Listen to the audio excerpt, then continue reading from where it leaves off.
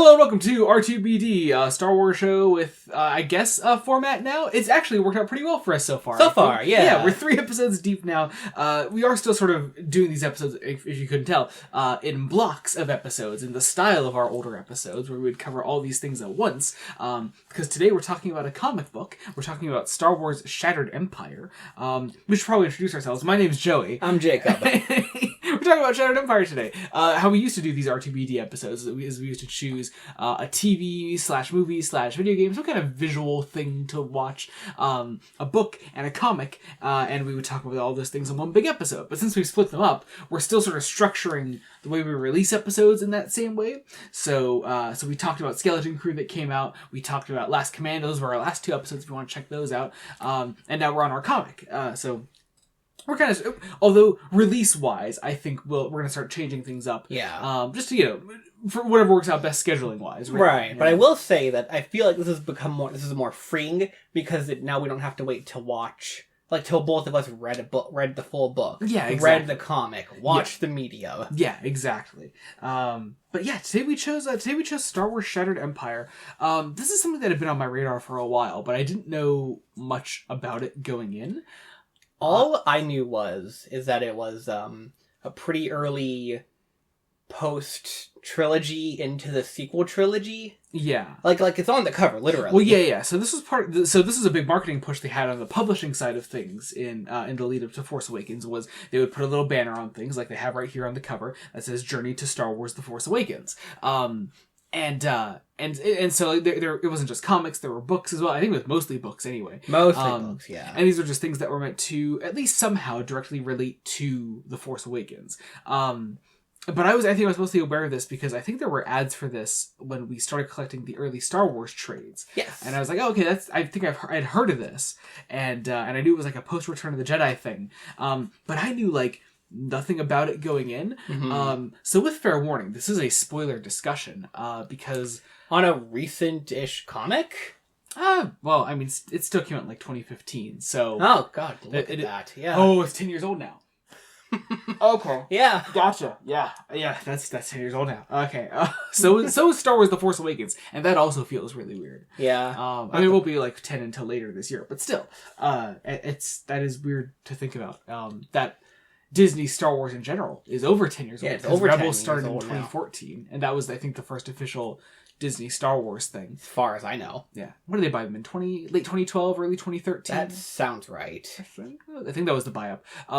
Either way, we are now at a decade plus of Disney Star Wars, and I think going back to a lot of these things for the first time, I think they're almost more interesting now, because and again, I said, full spoiler discussion for Shattered Empire, I didn't know who the main characters were in this.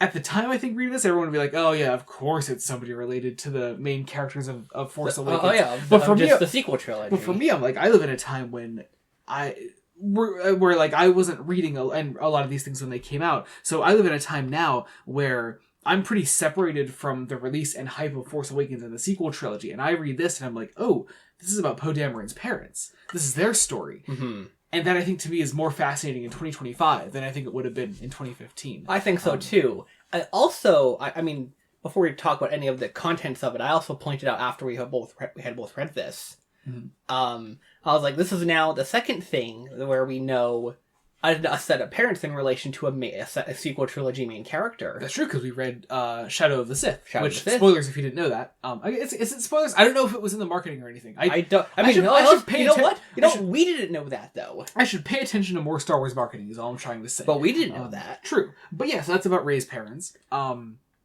We have this, which is about Poe's parents. Give me Finn's parents. I want to see the people that the Empire or the First Order stole to create stormtroopers. Yeah, that would. I'd actually be kind of curious. All the same, though. I'd be curious about that too. But either way, I mean, also this is one of those things where when a Star Wars project is about a set of characters like that, I tend to think to myself, I'm like, I guess I never really thought about these people that they when you hear about Han Solo, you're like, oh yeah, I guess he does have parents, but I never thought about who Han's dad is. Mm-hmm. I've never thought about that in my life. No, yeah, because it's a fair question. Yeah, but realistically, yeah, they have to exist. There has to be some set of circumstances that led to the creation of this person.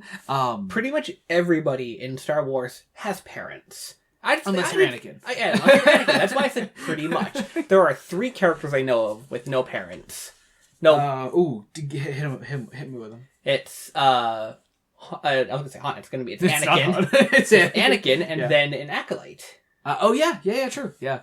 But then also there's the thing of like Anakin has Shmi, and the twins in the acolyte have their witch coven. So it's but like they don't have like parents. Like they didn't come into the world the normal way. Is what? Their conception at least was more mystical than all that.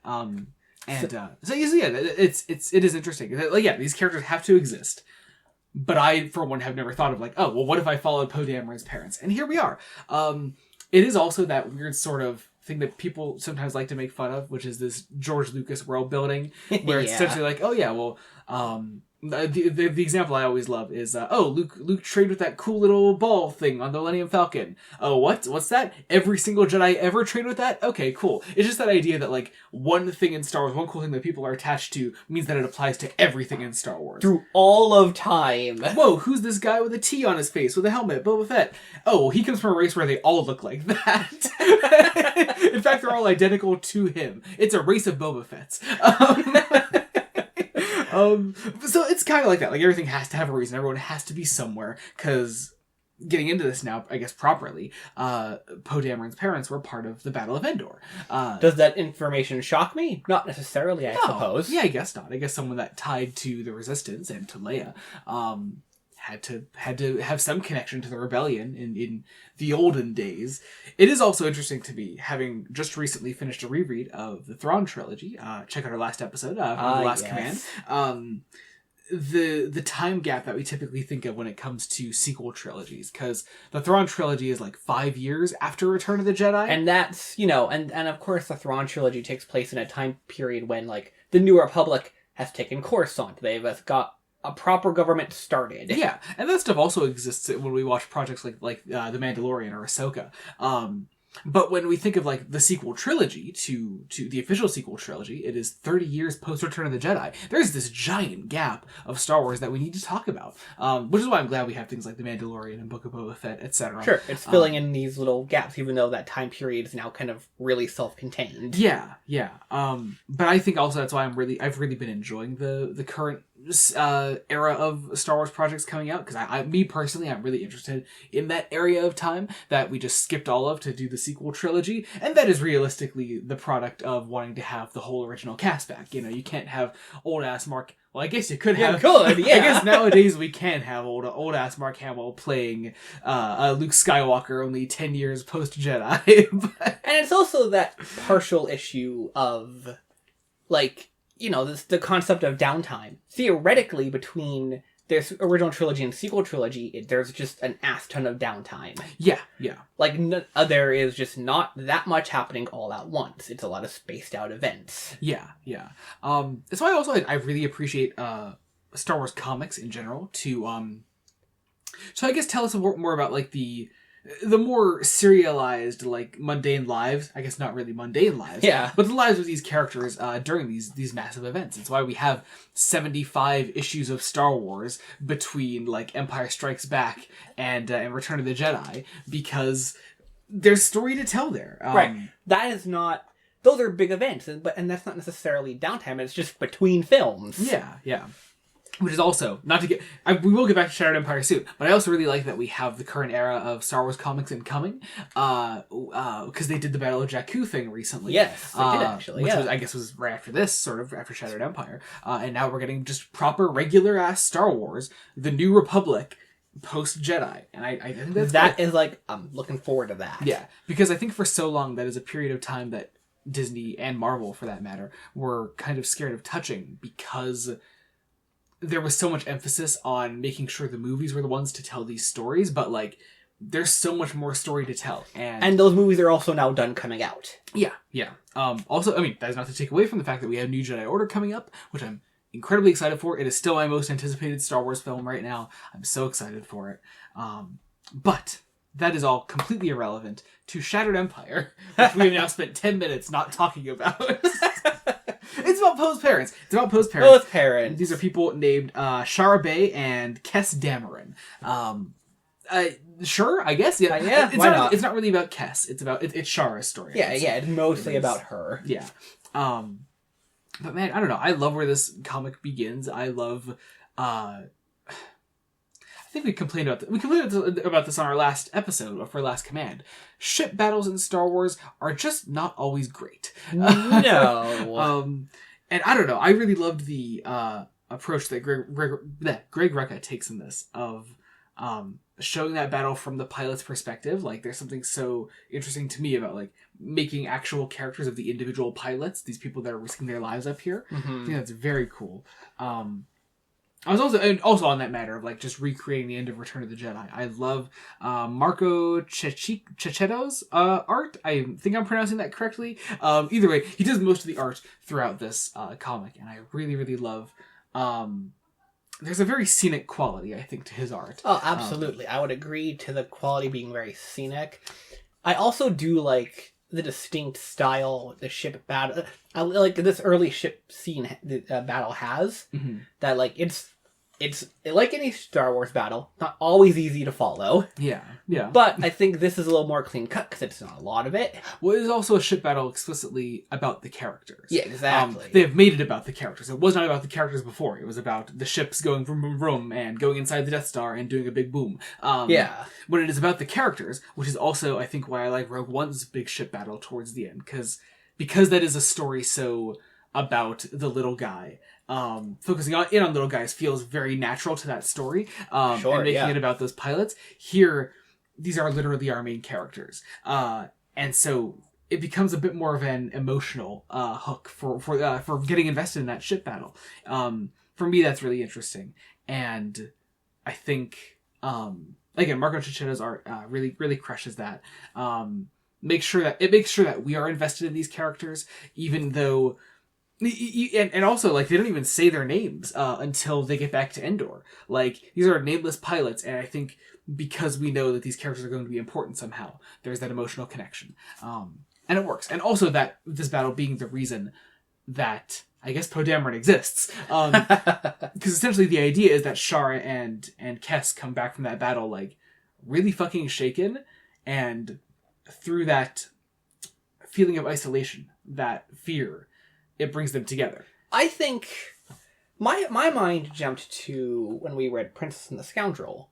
How like they're like through the various early Han and Leia chapters, there was a lot of talk about people making connections, doing things like people are just like excited that they did a big event. This huge thing has happened. Yeah.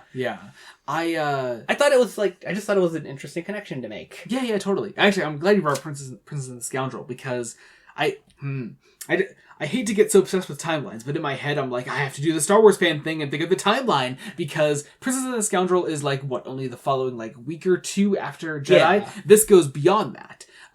So there is that portion of the book where like, because Princess and the Scoundrel had not come out yet, it was there's this whole scene between Shara and Leia, where they are going to Naboo together, and I'm guessing Leia's married at that point. Leia's married at that point. She has gone on her honeymoon with Han from Princess and the Scoundrel, right? And she's come back, and there's this whole ass scene where Shara and Leia are together, and it doesn't get brought up at all. Which also, I guess, doesn't pass the Bechdel test. It wouldn't pass the Bechdel test if it did that. But also, the Bechdel test is stupid.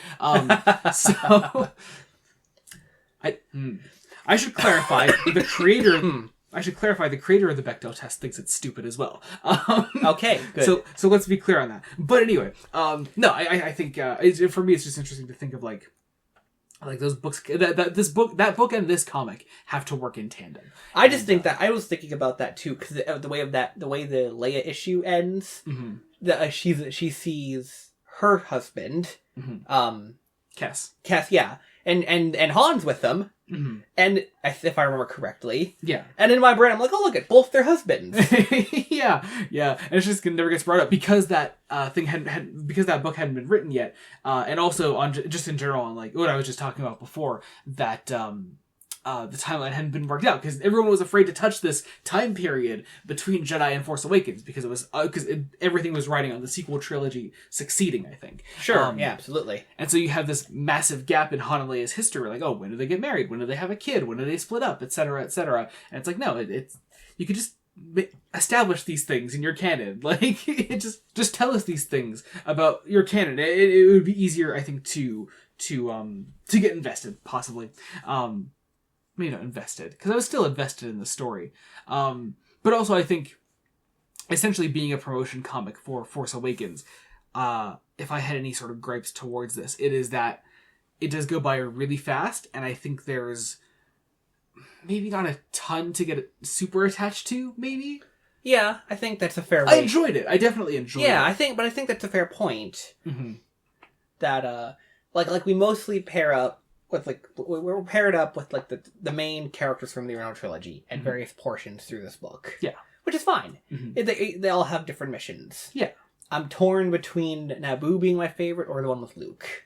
I think the Naboo stuff was probably the most interesting. Well, I think that one probably is stronger because it involves Operation Cinder. Yes, yeah. Actually, let's talk about that a bit, and also let's talk about the fact that the whole Leia portion of this comic is kind of a direct follow-up to a miniseries that was being written at the exact same time. A miniseries that was the last comic we read in this show, which was Princess Leia by Greg Pak? No, Mark Waid. I know names. Greg Pak is writing something for Star Wars currently. Or no, he just finished his run on Vader recently. That's right. That's what I'm thinking of. Anyway, but yeah, so it's sort of a follow-up to Princess Leia, the comic series. Leia's visit to Naboo, and this being sort of at least having some allusions to that throughout. There's a couple lines of dialogue aimed at that happening. Yep. And it's a nice follow-up that we did not intend to see. Yeah. And this is sort of all tying into what you brought up, which was Operation Cinder, which is something that we know a fair bit about for... I mean, I don't know too much about it outside of this, and I know it has something to do with Battlefront 2. I'm pretty sure it was Battlefront. I think it's 2, the EA version of Battlefront 2.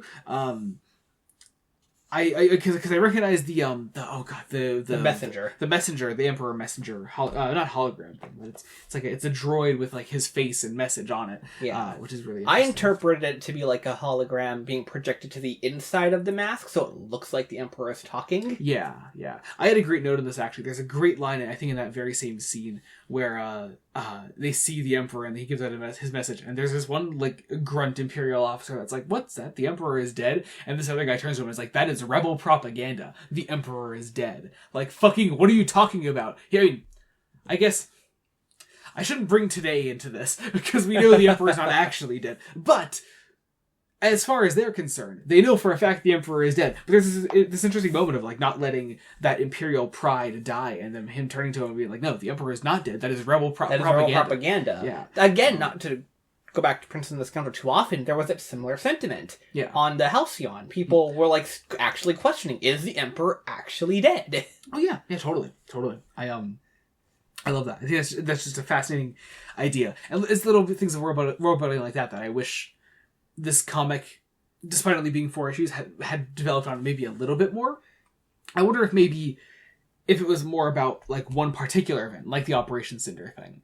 I think that would have been really interesting. But I agree. But it wasn't. It's about a bunch of small events that are connected across a short period of time. Yeah, just following the lives of Shara and Cass, and that's it. But back on Operation Cinder, though, that's also something I'm familiar with with Mandalorian. There was my favorite episode of The Mandalorian, The Believer.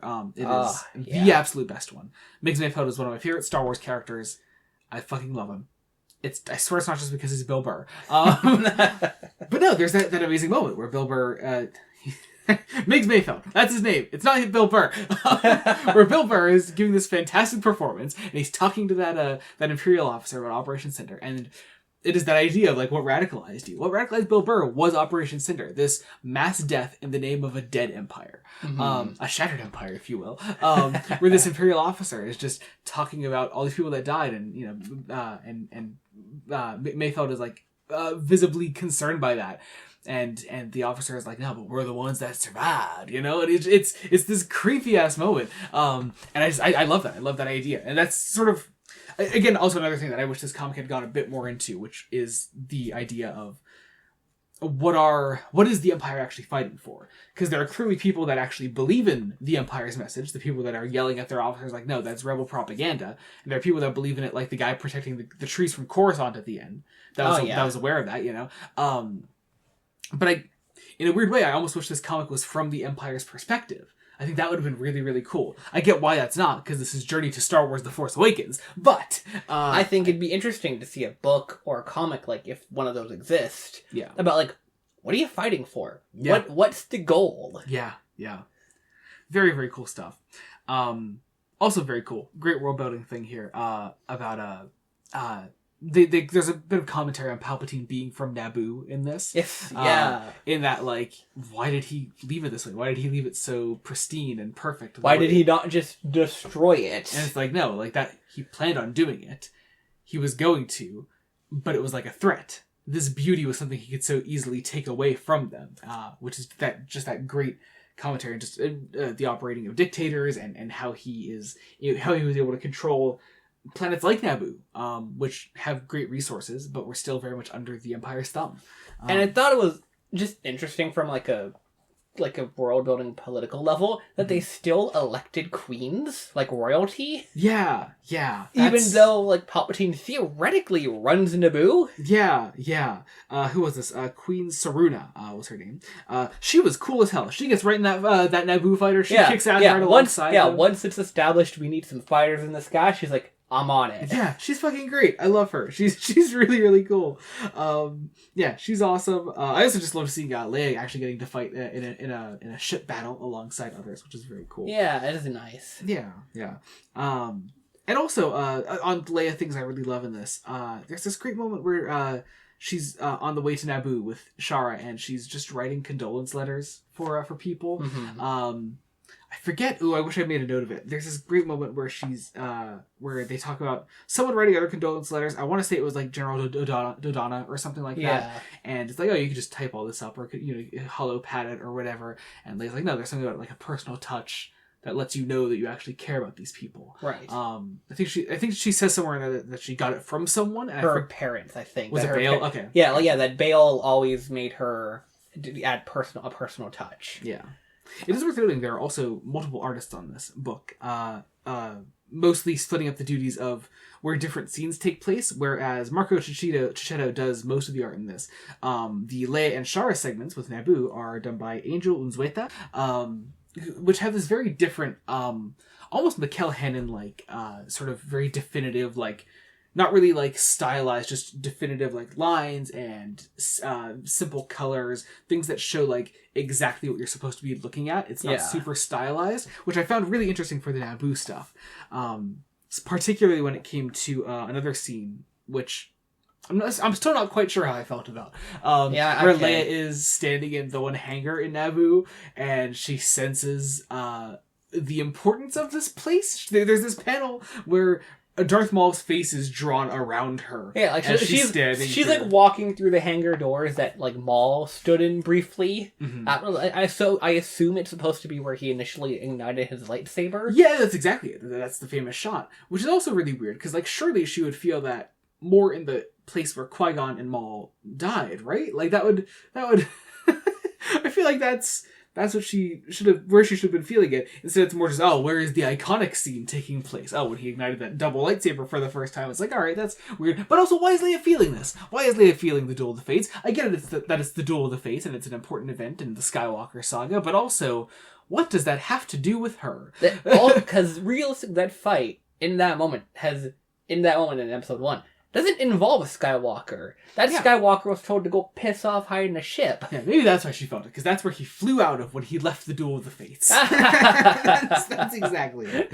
Oh man, that's stupid. Yeah, I think thinking back on it, and especially describing it out loud now, I think it's really stupid. So, maybe that's just... It makes just about as much sense as Leia looking up at the stained glass window or the mosaic of what in Princess Leia the comic. Yeah. And going, nah. See, that I could understand, because the idea, although Natalie Portman doesn't look exactly like Carrie Fisher, the idea is always sort of that, they should look alike in universe. Yeah. You know, these characters should share a resemblance. So Leia looks at that and kind of sees herself. I wouldn't really take that moment in the Leia comic as really like a Force connection thing. I would take that more as oh wow, she kind of looks like me. You know, maybe that's it. Maybe I could be wrong. I don't know. It just depends on how you read Mark Wade, if you intended it to be some stupid Force shit, you're wrong. But also, hi, if you're listening. I like how whenever we do that, we turn to the microphone as if we're looking at a camera. I like we're not looking at anyone. Oh my god, they make some hurricanes on Naboo. The Empire makes hurricanes? They have weather machines? Yeah, they're controlling the weather. Like, is that what Operation Cinder was? Was it destroying planets via weather? Okay, I think Operation Cinder, from what I understand, it is a much larger operation that affected multiple different places. Well, I mean, yeah, because there's the in that same issue, there's the very small B plot with Kes and Han. Yeah. And and Han has 3PO hook up to a machine and finds out about Operation. Yeah, and 3PO's like, there is a lot of shit happening right now. Yeah. But one of them involves Naboo, and that's where Leia is. Yeah. And so, yeah, it is just the idea that Palpatine, should he go down, he's taking out every place that he specifically hated. One of which is Naboo. What a hater. I love it. He's great. He's brilliant. It is this large attack on multiple places, and we only focus on Naboo. That might have also been cool if this comic was about like the different places that it attacked. But again, also this is a Journey to the Force Awakens, and I have to set my expectations. I apparently didn't. We need to remember, this is more now we need to remember when we're talking about it. This is essentially promotion. Yeah. Like this is just a promotion for the film. Yeah. Also, the whole day gets saved by Lando. The whole hurricane machines, pretty much, are stopped by Lando and the Rebel fleet. And it's like, okay, cool. But it's also very quick. It's very quick, and it doesn't do much for me personally. Well, I mean, our trio of heroines were almost shot down, right? So, you know. Yeah. Oh, on Lando, actually, there's a really funny line early on where he's complaining with Han, or Han is complaining to him about the Falcon and how he has to buy a new satellite, which I guess is also a tie into the Force Awakens with the new satellite in Force Awakens. But also, they kept that same one for 30 years. So, do you think Han's gonna buy anything new for the ship if he didn't have to? Yeah. I guess you have a point. Yeah. Anyway, what else do we got? Actually, I wish that we had a bit more on this character. I feel like this is a character I might have also seen in Battlefront, maybe? Lulo, the Duros guy, that Shar is friends with. Maybe, I don't know. I feel like it's a design I've seen. But also I think all Duros look the same. I think, if I may. But he has a shorter face than most. Yes, he does say that, and I did find that funny. That was a funny line. But I wish we did have more on Lulo as a character. I thought he could have been much more interesting if we just... Again, also, if the comic had more issues and if it was focused in different places, and I always hate the criticism that, I hate criticism of media in general. That boils down to, this would be good if it was this. Because at that point, you're not criticizing the thing that you actually read or watched. You're criticizing something that you wanted to happen. And I feel like that's poor criticism. But as it stands, I think we can say it feels like this character was underutilized. Exactly, yeah. So that's what I'm trying to say. But it turned into it should have been this. And I on principle disagree with that criticism, so whatever. We also start getting this idea towards the end that Shara and Kes want to settle down, which makes enough sense. Yeah. She has some very, I don't remember what issue it's in. It's either with Leia or with Luke. Mm-hmm. But she says to one of them that I only see my husband, couple hours every other week or so, if I'm lucky. Yeah. And so there's this idea also, I think, which is really cool, and maybe also could have deserved more spotlight, is that the characters after the fall of the Empire within the rebellion are just kind of getting tired and say okay, we won the fight, it's over for us now. There are people within the rebellion that are we don't want to be part of the New Republic. We just hated the government as it was, and we're not there to restructure the government. They were there to tear the last one down. Mm-hmm. Which I think is also really cool. I think that's also a very valid take that you just don't see from many people that were involved in the trilogy. They're all we are going to make a better future. Most people are just look, man, I took down the evil. It's time to stop. Right. I mean, take these two, for example. We paired them up through this through the various issues with people who are going to build the next government. Yeah. They're the heads of it, so to speak. Yeah. Until they aren't. Yeah. But they are effectively the ones who run the new republic for a short period of time. Yeah. And then we got these two who were just like, I just want to settle down. There's a kid. Yeah. I got a husband. Yeah. Yeah. It is funny that Poe Dameron canonically does exist within like the day, essentially the months following Return of the Jedi, which is very fun. But yeah, so with that, Shara goes on one last mission, sort of, to go with Luke and. I think it's more that Luke goes on a mission with her. I would phrase it. Yeah. He requests a pilot to go with him to this Imperial base. R2 finds a random pilot, which just so happens to be the mother of Poe Dameron, who's going to help take down the First Order in the sequel trilogy. This is George Lucas world building at its finest right here. Yes, it is. I love it. This is not to knock George Lucas world building, though it can be really fucking stupid at times. Right? I just turned to the mic again. We do it a lot. Oh god. Alicia Beck is mentioned and is a big part of this ending, actually. She is. We've seen previously in The Princess and the Scoundrel. Yeah, that book's getting a lot of call-outs this time. Yeah. I'm now forgetting. Did she die in Princess and the Scoundrel? I don't think she did. I don't think she did. I think she escaped on... No, she was captured. I think she was captured. That's right, yeah. But yeah, I was like, oh, she has Alicia Beck's uniform. That's really interesting. And also, I was like, wait a second, how are they going to get through with this? Alicia Beck has a robotic eye, and that's exactly how they're caught, which is very funny, actually. Right. Which I'm not sure, would that be... Actually, wait, I remember, part of my notes, I don't need to go back. I know this for a fact. Go ahead. Alicia Beck came from another Journey to Star Wars The Force Awakens novel, which is where she first appeared and met Han, which was part of that Force Awakens promo line that they did. And so when they included her in Princess and the Scoundrel, they were referencing the events of that book where he first met her. And potentially this now. I guess, yeah, I guess so. But yeah, let's see. So I just find that really funny that was exactly how they got caught. And also probably was just some more cross promotion between the different Journey to the Force Awakens. Yeah, yeah, that would make sense. So, yeah. And I think my favorite part is, of Luke's mission specifically, is he doesn't... We don't know what they're there for until, like, they're basically at the room. Yeah. And also this is where we get that other Imperial officer I was talking about before, who really does, like, believe in the Empire. And also, I've never seen this guy in anything before, but he's trusted with guarding one of the Emperor's, like, most treasured artifacts that he kept. And only him. Because he has some kind of line of dialogue that goes something along the lines of, only the Emperor and myself can access this room. Yeah. Or, like, know what's in here, or whatever. And also, God, what a hater Emperor Palpatine was. This guy not only kept his home planet under constant threat, which makes enough sense, but also, just to spite the Jedi, he took their trees. He took their fucking trees. He took the big tree at the Jedi Temple, presumably killed it, but kept 2 samples. Yeah, he's all like, I'm going to genocide you guys, and also take your fucking trees. Right. It's very funny. It's objectively funny. I know. But Luke and Shara are able to escape with the trees, and there's this really interesting moment where Luke is like, I know what I'm doing with this. I'm going to take it to where I plan to rebuild the Jedi, essentially. R2 couldn't help but over here. You were leaving? Are you going to a nice planet? You're welcome to have the other one. Yeah, and so that's kind of sweet. It's a sweet idea. And so Kes and Shara settle down with their little Poe Dameron, their little Oscar Isaac, their little. I just got the mental image of a baby just with Oscar Isaac's face plastered on it, and that didn't help anything I just said. But that's the end. That's the end of the comic. They do also include in the collected edition the first issue of Princess Leia by Mark Waid, which we have covered previously on R2-BD, so we obviously skipped that.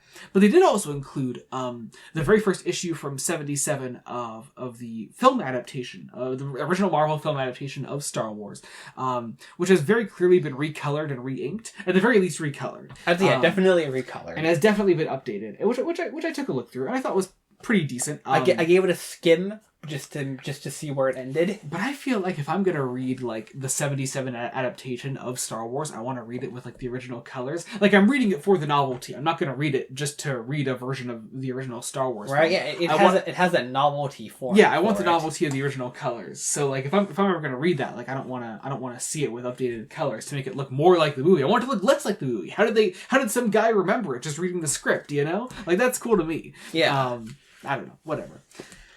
But that was that. That was Shattered Empire, and that was today's R2-BD. Yeah, I enjoyed it. I definitely have obviously a fair few complaints. Right. We have some fair criticisms. We have a couple unfair criticisms of our own imagination. Yeah. But it was still good. Still good. Yeah, totally. And that was that. What do we have coming up on R2-BD? We're going to cover in our next comic. Our next episode should be, we're going to do another comic that we're going to cover, There Is No Fear, which is the first volume of the Marvel High Republic Phase 1 series. It's the first 5 issues of that comic, which should be pretty fun to talk about. Looking forward to it. Yeah. We've read that. Yeah, we've read it. It's worth it. We're big High Republic guys. We've read There Is No Fear before, and that entire run of comics. And so it'll be a reread for us. We're very excited about it. We're mostly doing it though because the book you next chose. Yes, I chose the next book. You chose The Living Force, which we'll cover at some point, which does have some High Republic ties as far as I'm aware. Yeah, as far as I know, it's like right at the point in which one would consider the High Republic to be ending. Yeah. I will also say, TV-wise, we're going to do a review of Andor Season 1 either before or during Andor Season 2's release, and then obviously we'll review Andor Season 2 when that is finished releasing, so that'll be 2 separate episodes. Be on the lookout for all that. And then we have other things coming up. We have plenty of things down the pipeline, plenty of R2-BD coming your way. In addition to that, check out our Star Trek videos, which are always a great time. Always. Although we're recording back in person for R2-BD, the TNG Star Trek The Next Generation videos will be releasing remotely still for the rest of Season 1, and then Season 2 will be back in person because we record those videos well in advance, so it happens. Yeah, there's still a good time. Yeah. Also, our my Linktree and Jacob's Blue Sky links will be in the description below. You can follow us wherever you want to follow us. Any and all support is greatly appreciated. Subscribe to the channel, Blood Donut Studios. Once again, greatly appreciated, and I think that about does it. So thank you all so much for watching. Until next time, this has been Joey Morgan. Jacob. Goodbye.